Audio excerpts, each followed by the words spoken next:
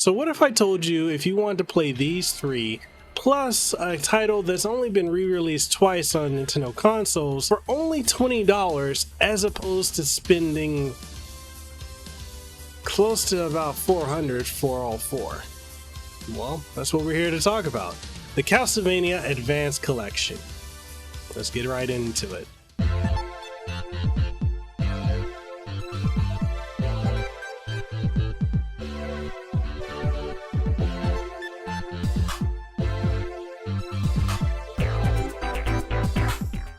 Before we kick this video off, I want to give a huge shout out to Konami for providing a review copy of Castlevania Advance Collection.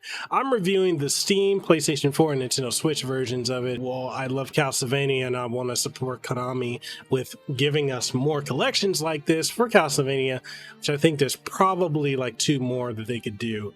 There's the DS collection that they definitely need to do, and there's the 3D collection, which I'm hoping that with that, they'll go ahead and include, Castlevania 64, Legacy of Darkness, Lament of Innocence, Curse of Darkness, as well as maybe the Lords of Shadows trilogy. That's kind of a stretch, but if you want, they could possibly split that in half. I don't know. I just want more Castlevania, and I want some new Castlevania too.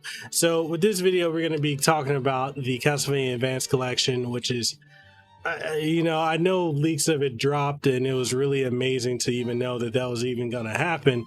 And then when it happened and you're playing and you're like, whoa, man, like these games that are over $100 each, these right here, yes, these are legit copies that I have right here. No lie, these are worth over $100 loose card. And to be able to pay $20 and get them in the best version you can, because it's on everything. If you get it on the Switch, you got it portably and docked. But anyways, being able to play it on everything is just such, it preserves the gaming, and I can't wait. Probably Limited Run Games is more than likely going to be doing a physical copy of this, and if they do this time, I will get it. I should have got the last one. I didn't get it, but I need to get this one. So all that being said, if you're new to the channel, I'm Miguel Kasanova, Hawaii content creator. I host Hawaii's #1 podcast, the Kasanova Podcast, and if you enjoy what we do, I do cast reacts, I do impressions, live streams, reviews, and so much more. So if you enjoy all that and you want to see more, make sure you sub to the channel, then a notification bell, that way you stay up to date on all the latest and greatest content that comes from this channel. If you want to support what we do, we got merch over on Teespring and TeePublic, and we also got channel memberships and Patreon. All that being said, let's go ahead and get into this review of Castlevania Advance Collection. Konami releasing a Castlevania game these days is rare. Well, Konami releasing any games these days is insanely rare. And honestly, since 2015, they've made it a point to not focus on gaming outside of Pachinko machines, and yet here we are with a third Castlevania collection. And yes, I say third because Castlevania Requiem counts as a collection as well. And this focuses on the Game Boy Advance titles Circle of the Moon, Harmony of Dissonance, and Aria of Sorrow, along with a special added game being the Super Nintendo only Castlevania Dracula X, which has seen release on the new Nintendo 3DS as well as on the Wii U. Now, when it comes to the gameplay, the three advanced titles are all very similar to one another in that they follow the gameplay format set in motion by the iconic Castlevania Symphony of the Night, which started the whole Metroidvania formula in the franchise, which consists of Metroid-style exploration, which has you exploring every nook and cranny that you come across, as well as needing certain power-ups and abilities to gain access to new areas to explore. Where it differs from Metroid is the inclusion of RPG elements like showing the damage done by attacks to enemies and vice versa, while also being able to gain levels and increase individual stats like strength, luck, defense, and more. The differences between the three titles comes in how they have unique gameplay gimmicks that set them apart from one another. In Circle of the Moon, you have the DSS card system, which has you combining various cards that you find, which are similar to tarot cards, from defeating enemies, which allow you to combine them to use magical abilities such as adding flame to your whip, turning the hunter whip into a sword, and more. These usages will drain your magic meter, and you'll need to deactivate the special ability to restore the magic meter after some time.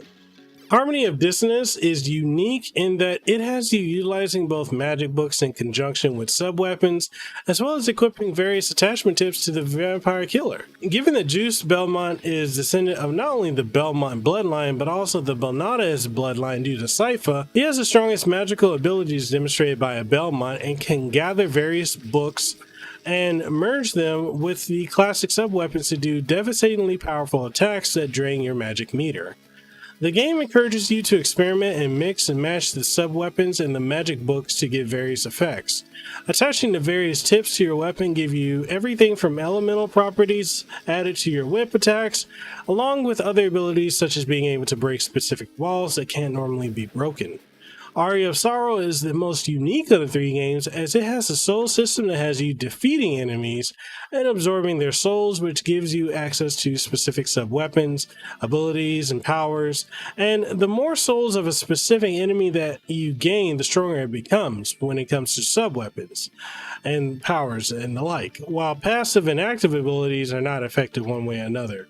The wildcard in this collection is Castlevania Dracula X, which is the last traditional entry in both the 16-bit era and the 90s in general, with you having stages ending in a boss fight and a traditional sub-weapon system, while including the item craft functionality that debuted in both Rondo of Blood and Bloodlines.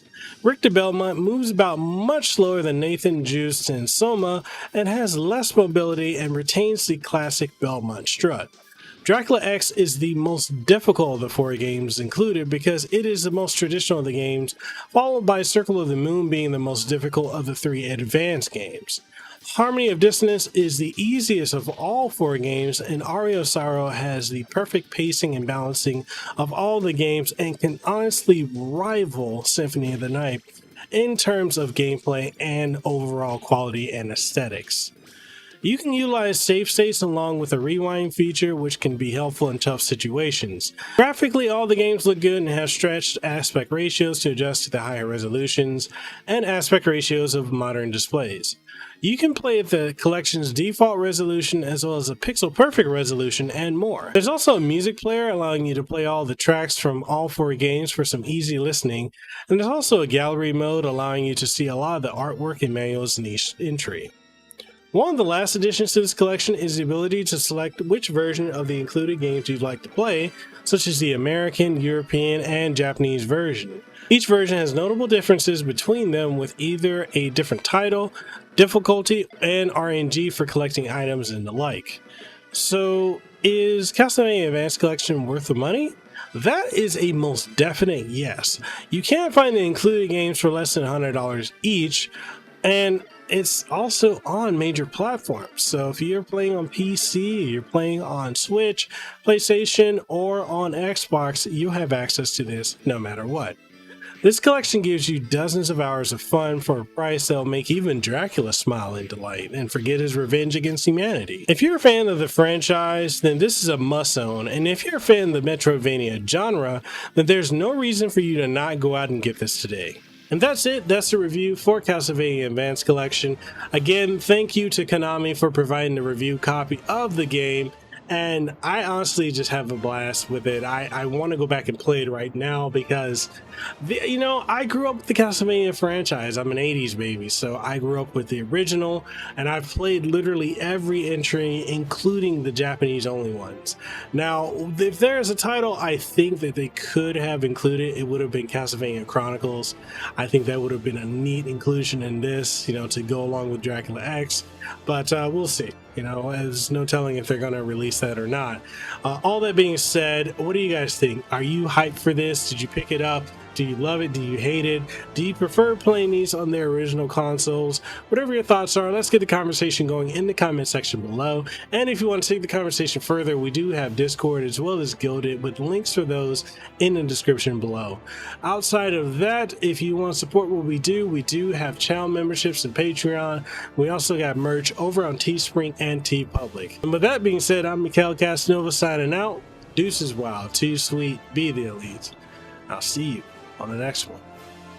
Peace. Mahalo for making it to the end of the video. And if you found anything of importance or substance that you gained from watching this, make sure you leave a comment down in the comment section below. If you haven't already, make sure you sub to the channel and ding the notification bell. That way you stay up to date on all the content that you get from my channel, from podcasts, streams, reviews, impressions, reactions, and so much more. If you want to support what we do have channel memberships, we've got Patreon, we've got Subscribe Star, as well as coffee, which I would love to be drinking some coffee right now, which I am.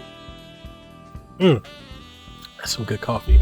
But anyway, we got all of that, and we also have merch on Teespring and TeePublic, so make sure you go check that out. And all that being said, I just hope to see you in the next video that I put out. So hey, see you around.